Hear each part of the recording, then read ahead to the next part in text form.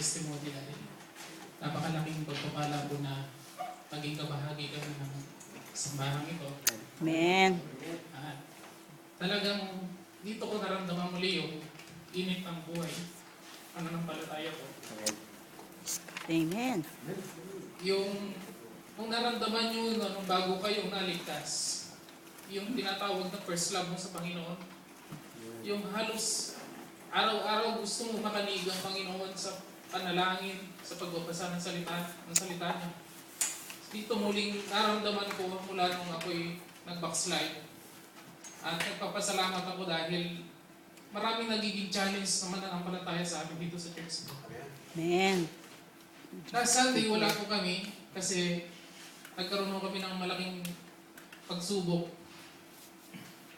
Sa Mad School, may boss na parang tinatakot o hindi namin alam kung anong gustong palabasin nung tumawag doon na mayroon daw siyang illegal worker na nagtatrabaho sa gabi.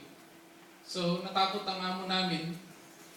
Nagkaroon siya ng immediate na pagtanggal sa amin. Nalungkot kami kasi family yung trato sa amin ng amo namin lahat.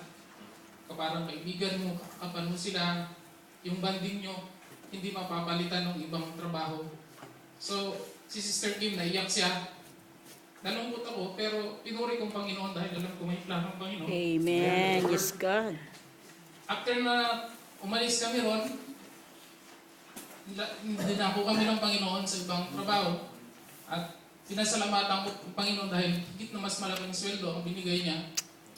At the same time, wala pa pong isang linggo, last Wednesday lang yata, o Tuesday, yung factory na pinanggalingan namin, doon sa compound na yun, na-raid ng immigration, wala na kami.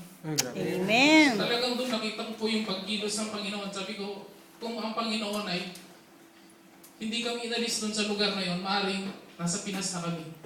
So, binasasalamatan ko ang Panginoon sa ginawa niya sa aming buhay.